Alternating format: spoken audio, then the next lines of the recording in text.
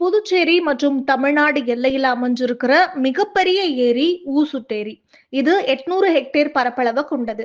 அதுல 390 ஹெக்டேர் பரப்பளவு புதுச்சேரி பகுதியை சேர்ந்தது. ஊசுட்டேரிய 2008ல புதுச்சேரி அரசும் 2014ல தமிழக அரசும் பறவைகள் சரணாலயமா அறிவிச்சது. நவம்பர்ல இருந்து மார்ச் வரையிலையும் பல்வேறு நாடுகள்ல இருந்து அரிய வகை பறவைகள் இங்க வந்து தஞ்சமடையும். சங்கராபரணி ஆறு, வீடூர் அணை, சுத்துக்கேணி கால்வாய் வழியா இந்த ஏரியில தண்ணீர் சேமிக்கப்படுது. இந்த ஏரியுடைய முழு கொள்ளளவு 3.5 மீட்டர் உயரமா இருக்குது. அதாவது 540 மில்லியன் கன அடி. வடகிழக்கு பருவமழை துவங்கி கடந்த சில தினங்களா பெஞ்ச தொடர் மழை காரணமா ஊசுட்டேரிக்கு நீர்வரத்து அதிகரிச்சது.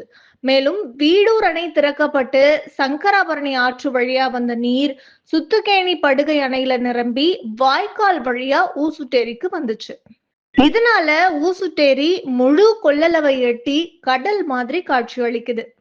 ஏரி நிரம்பியதும் பொதுப்பணித்துறை நீர்ப்பாசன கோட்ட தலைமை கண்காணிப்பு பொறியாளர் சுந்தரமூர்த்தி, உதவி பொறியாளர் லூயி பிரகாசம், இளநிலை பொறியாளர்கள் சிரஞ்சீவி, சஞ்சீவி ஆகியோர் பொறையூர், பத்துக்கண்ணு, தொண்டமாநத்தம், கடப்பேரிக்குப்பம், பூத்துறை கிராமங்கள்ல ஏரி கரைகளை பார்வையிட்டாங்க.